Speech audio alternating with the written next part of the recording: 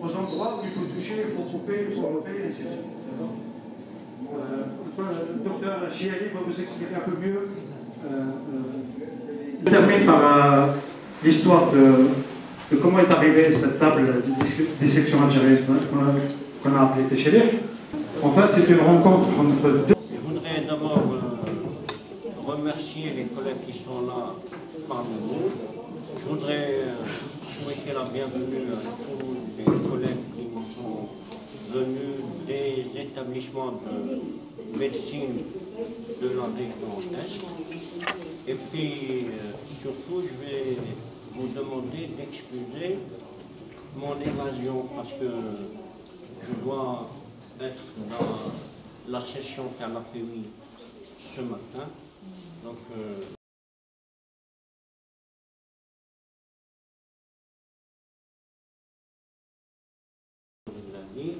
Monsieur le doyen à la faculté de médecine, le doyen vous êtes dans la faculté des sciences de la nature.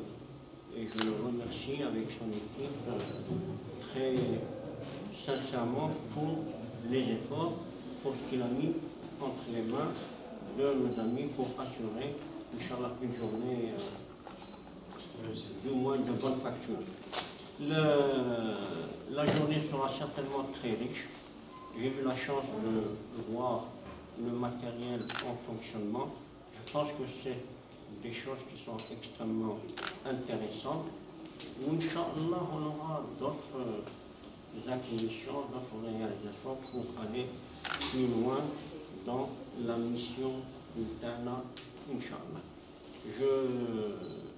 يقول المخلي ضيفنا لو جئتنا لو وجدتنا نحن الضيوف.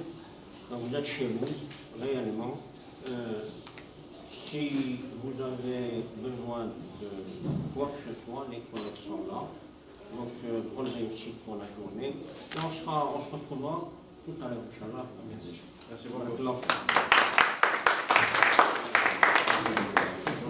Je réitère les mots de bienvenue. Merci beaucoup à M. le recteur pour ce mot de bienvenue. Merci beaucoup. Je suis le professeur Rachid Rabi, le coordinateur du projet Téchélir, expert en métaverse et réalité virtuelle et réalité augmentée.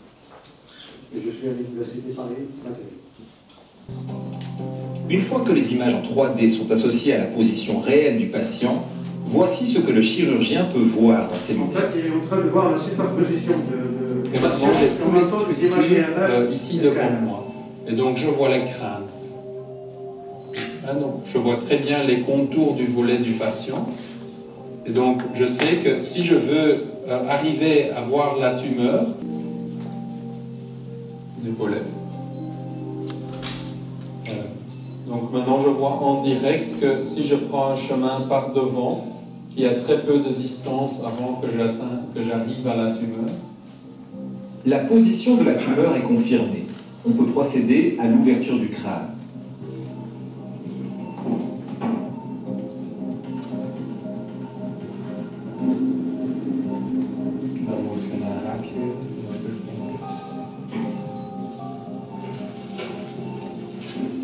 Le chirurgien est... Move. Donc maintenant, je peux bien voir la localisation de la tumeur qui se trouve ici. Et donc, je peux voir que le volet qu'on avait déjà fait est effectivement au bon endroit et que la grosse veine dans les méninges se trouve juste à côté. Donc, on va faire attention à ça. La réalité virtuelle, on rajoute deux choses. D'abord, l'interaction. Vous avez vu, il interagit avec les objets. Et donc, il faut développer des systèmes informatiques qui puissent aussi donner la possibilité de cette interaction. Alors, l'interaction peut être gestuelle, et elle peut être aussi avec, vous avez vu, la parole. Donc, on peut agir, on peut dire déplacer cet objet-là ici, montrez-moi le cerveau, et ainsi de suite. Et puis aussi, la deuxième chose importante, c'est ce qu'on appelle l'immersion. On appelle une image, une remesse. C'est-à-dire qu'on va mettre la personne dans un environnement où il va se sentir comme s'il était sur place. Il y a deux lentilles, on va envoyer le même objet virtuel sur les deux écrans, les deux D'ailleurs, le jeune médecin, bon, c'est pas de la médecine, mais c'est la même chose, ce qu'on appelle le jumeau numérique d'une usine. Et on peut imaginer que ça, c'est une salle d'opération. Il est perdu un petit peu pour essayer de réparer une panne. Et donc, on va voir à gauche ici apparaître l'expert. Donc, qui fait. En fait, il est en train de faire ce qu'on appelle un acte chirurgical sur un enfant. Le crâne est ouvert. L'enfant a été endormi avant. On lui a ouvert le crâne. On l'a réveillé, ce qu'on appelle la chirurgie éveillée, vous savez. Et donc il est en train de piquer avec un truc électrique et poser des questions à l'enfant. Mes remerciements pour l'Université de Sétif, pour cet accueil, pour cette opportunité, cette chance de présenter ce travail, cet humble travail, cette humble réalisation. Alors, s'il y a bien un mot qui résume la journée d'aujourd'hui, je pense en arabe ou en français, c'est clair, c'est un écosystème. Il faut savoir que du stade d'anatomiste, je suis passé, à travers mon expérience sur l'imagerie, d'imageur, et je dirais maintenant de numéricien. Il faut numériser ce corps humain. Donc, l'anatomie humaine, ou Human ID, comme on l'a appelé au sein de cette entreprise, de cette start-up, anatomiste, c'est un jumeau numérique qui va s'appliquer à l'humain, à tout l'humain, à savoir l'humain vivant, et bien sûr au post-mortem. Parce qu'actuellement, je suis au niveau d'un service de médecine légale et d'éthique médicale, et qui dispose d'un plateau technique d'imagerie post-mortem, forensique. Mais est-ce qu'on a cette possibilité et ce choix et cette liberté d'envoyer nos données algériennes à l'étranger? Vous comprenez que là, premièrement, c'est interdit par la loi, et deuxièmement, il y a un risque majeur de souveraineté sur un point de vue médical et biologique. Si avant je présentais le jumeau numérique, maintenant je présente une équation. Une équation qui peut nous servir, à nous les anatomistes, les morphologistes, les histologistes de base de travail. On peut commencer sur cette équation et la développer. Quand on parle de jumeau numérique, on arrive à la simulation directement. Donc l'étudiant ne travaille plus dessus, il est immergé dans un environnement. C'est ça ce qu'on cherche en fait, de rendre un peu la dimension médicale à l'anatomie, qui est réellement le langage de la médecine. C'est comme ça que je vais définir. Bonjour tout le monde, merci d'abord à toutes et à tous, à nos invités, de vous être déplacés, de nous faire cet honneur de participer à cette formation. Donc, je commence par ça. Je remercie l'Université de Sétif 1 et de CRUEST de nous avoir accompagnés dans l'organisation de cet événement, de cette formation. Je commence par le commencement. Qu'est-ce que Tchelek? Tchelek n'est pas une entité physique ou morale. Ce n'est donc pas une entreprise. Tchelek, c'est plus une philosophie, à la limite. C'est l'idée que les Dr. Spatch, et que donc en collaborant, on peut aboutir à des fruits. Donc le projet ADEA, comme dans divers prédécesseurs, c'est le fruit de collaboration. C'est des idées qui ont mûri ensemble et c'est l'intervention de tous pour atteindre un objectif au départ, c'était la création de la table de dissection anatomique. Mais je l'espère, je l'exposerai, de créer bien plus que ça. Donc au départ, c'est plusieurs partenaires qui ont lancé cette idée-là. Entre autres, d'ailleurs d'une manière assez importante, l'Université de Saïda, qui a été la première à accueillir une table de dissection anatomique et une salle de simulation moderne.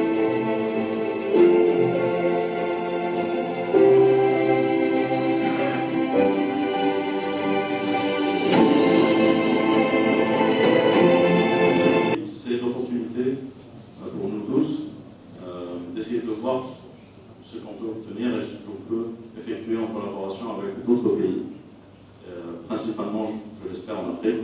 Donc pour ceux qui auraient potentiellement des contacts à faire valoir dans ce domaine-là. Nous avons effectué donc, plein d'opérations au niveau de l'African Startup Conference par exemple, ou de l'IATF, International African Trade Fair, et alors, différentes présentations au niveau du Nigeria, au niveau de la Mauritanie, du Zimbabwe, etc. Et je me rends personnellement au Ouganda la semaine prochaine. Et l'idée, c'est essayer de voir quelles sont les collaborations qu'on peut obtenir entre les laboratoires d'anatomie de ces pays-là, avec les laboratoires d'anatomie algériens, essayer de créer ces liens et ces ponts. Et en même temps, comme vous savez, on n'effectue pas de dissection anatomique en Algérie depuis longtemps. Et donc un certain nombre de données qu'on intègre dans la table, nous n'avons pas la capacité de les générer ou de les obtenir localement, même si nous avons des conventions avec des laboratoires d'anatomie, avec un département de médecine légale, pour essayer d'obtenir un maximum de données. Mais un certain nombre de données, comme la prospection par exemple, devra se faire avec des partenaires internationaux. Et donc, j'espère qu'ensemble, on y arrivera. Et encore une fois, je vous remercie pour votre attention. Et merci beaucoup. Donc finalement, on a les plans, on l'utilise au quotidien, dans vos smartphones, dans vos téléviseurs, etc., dans vos ordinateurs. Lorsque vous appelez une personne, vous utilisez Siri, donc vous demandez à une intelligence artificielle de former un numéro d'un proche ou d'un client. Donc vous utilisez au quotidien l'intelligence artificielle. Donc on parle actuellement d'intelligence artificielle ambiante, c'est-à-dire environnante. Et on trouve beaucoup d'applications dans tous les domaines et dans toutes les disciplines. Vous savez, je vous ai présenté des images, mais on peut utiliser des données tabulaires, numériques. Par exemple, ici, on peut, par exemple, voir un petit peu la corrélation entre l'obésité, le fait d'avoir une forte corpulence, l'obésité et le diabète. Donc, on sait que ça n'a pas été prouvé, mais statistiquement, avec un apprentissage, je peux quand même découvrir une corrélation qui est assez importante. Par exemple, on peut conclure l'obésité favorise le diabète avec un pourcentage d'erreur de 23%. Bon, l'idée, c'est essayer d'opérer ce qu'on appelle un recalage avec des images IRM.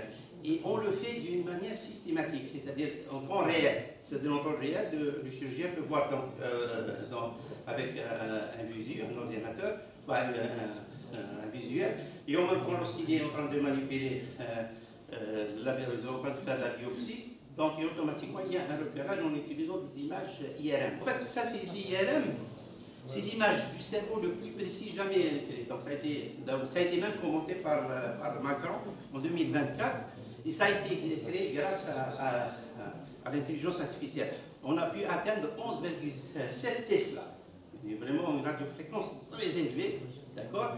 Et puis ça a été permis grâce à l'intelligence artificielle. Je terminerai pour dire une phrase.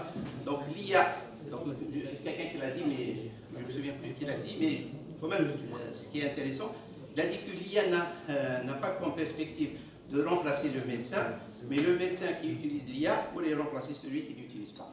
Voilà. Donc je vous remercie.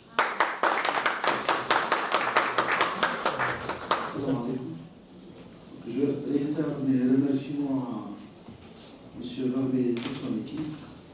Et j'avais le plaisir de rencontrer d'excellents hommes d'État.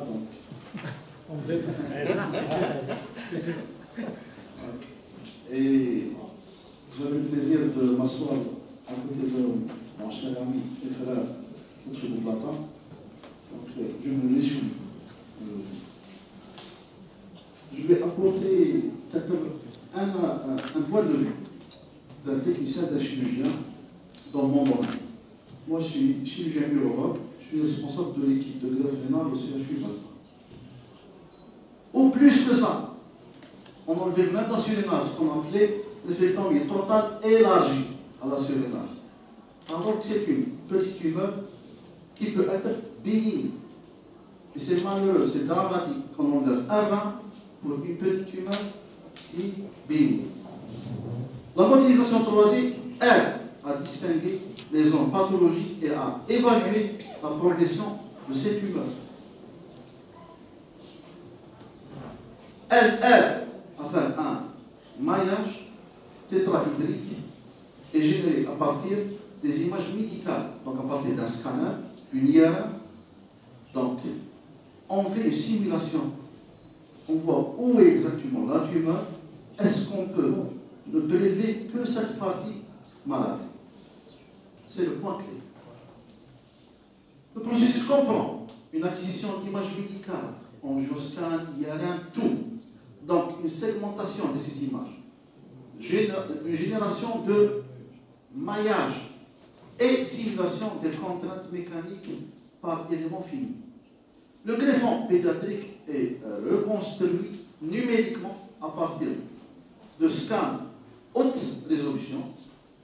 Les structures vasculaires sont simulées pour anticiper la perfusion et la tension tissulaire, parce que ça se retentira sur l'efficacité de cette greffe et la survie du greffon et du greffé.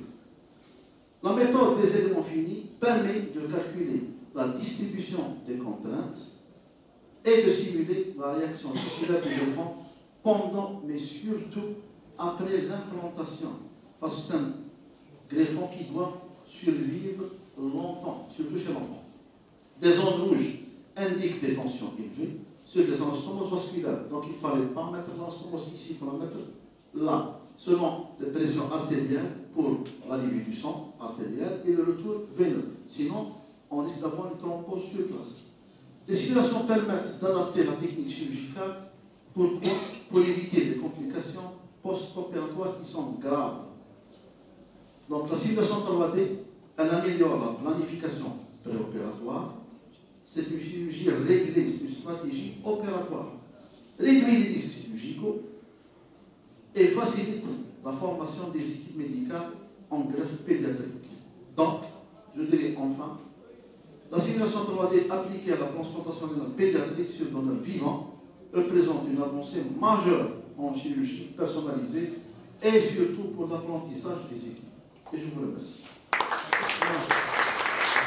Donc c'est l'absence de contact réel, c'est la dépendance de la technologie, c'est les risques d'être superficiel. Il y a une grande différence sur quelqu'un qui est superficiel et quelqu'un qui simplifie la chose. Pour pouvoir simplifier la chose, il faut la maîtriser. Mais actuellement, on est en train de voir que les gens connaissent tout, mais d'une façon très superficielle, ils ne maîtrisent pas quelque chose.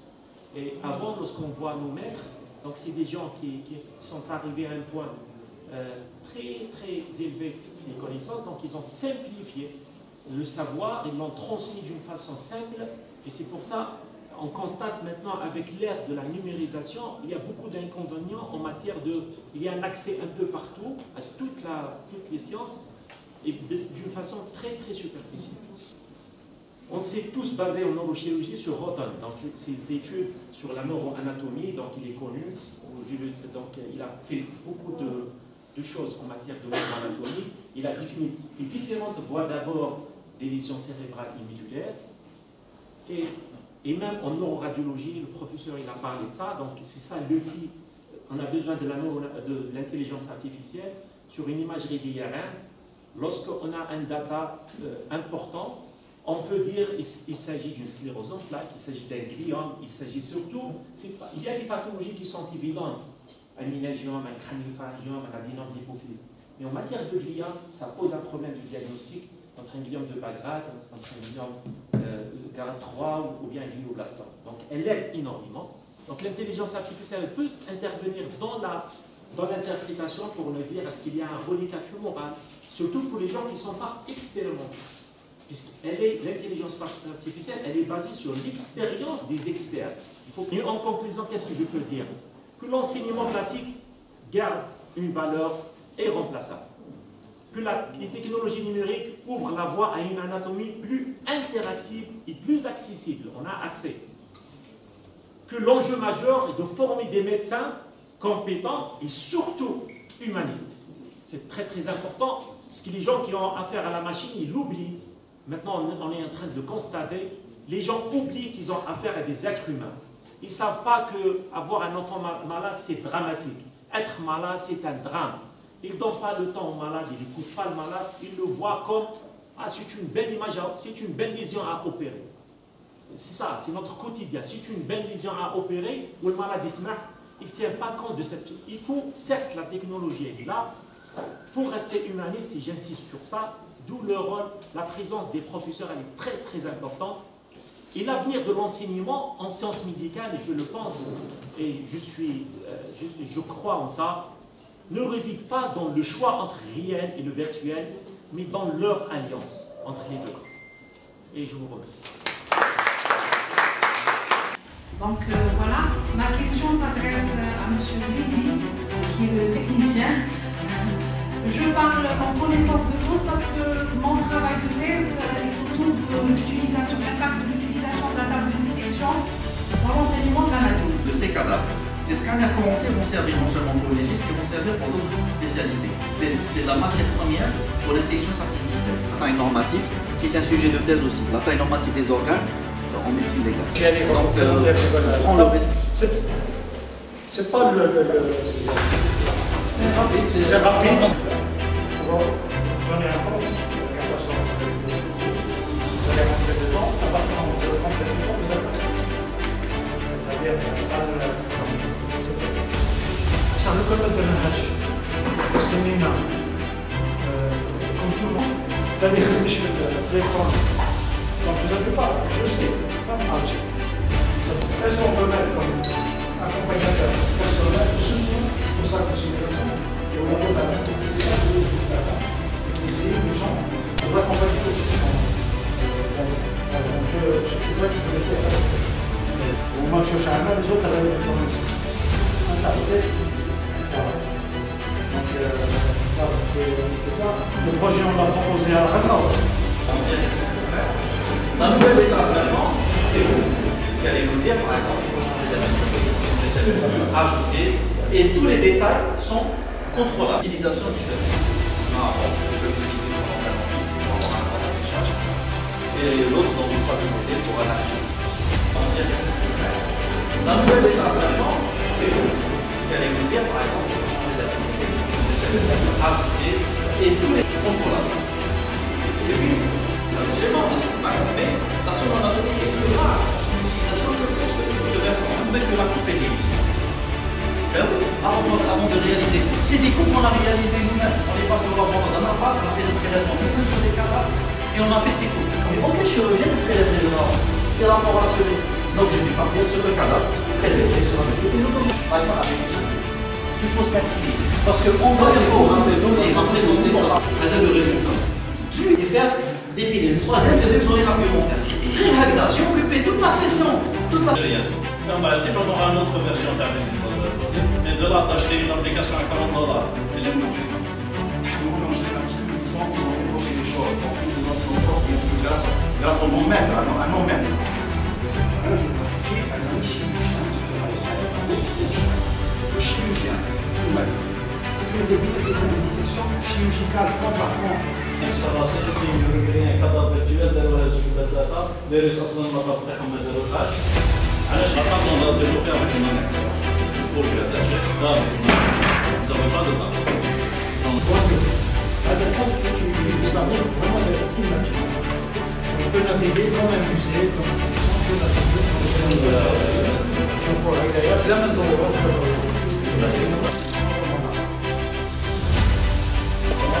Vous voyez, il est en train de faire des mondes. En fait, le caméra en bas, c'est une carte. C'est un modèle dynamique du genou, un modèle disséqué et dynamique sur un point de vue biomécanique. On peut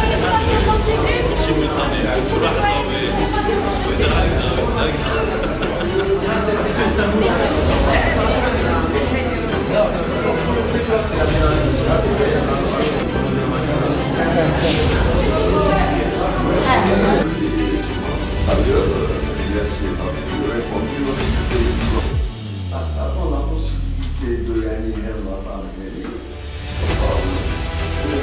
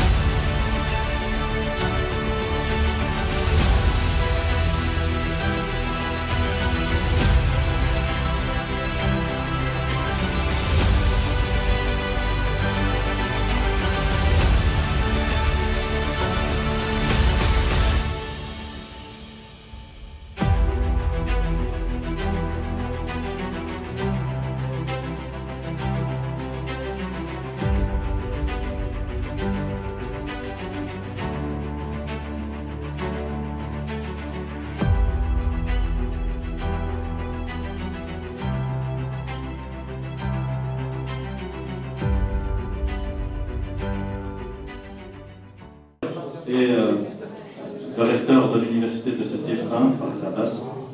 Et donc, à travers cette convention, nous convenons de collaborer ensemble dans l'amélioration, le développement des simulateurs, d'avoir des retours d'expérience, et ils auront accès à un certain nombre de technologies qui ne seront pas disponibles malheureusement partout. L'honneur que nous avons à nous engager dans ces conventions, c'est évidemment une garantie pour construire l'avenir ensemble. Maintenant, les gens de la famille qui se connaissaient entre eux, maintenant, ils vont constituer un réseau pour travailler plus ensemble. C'est bon.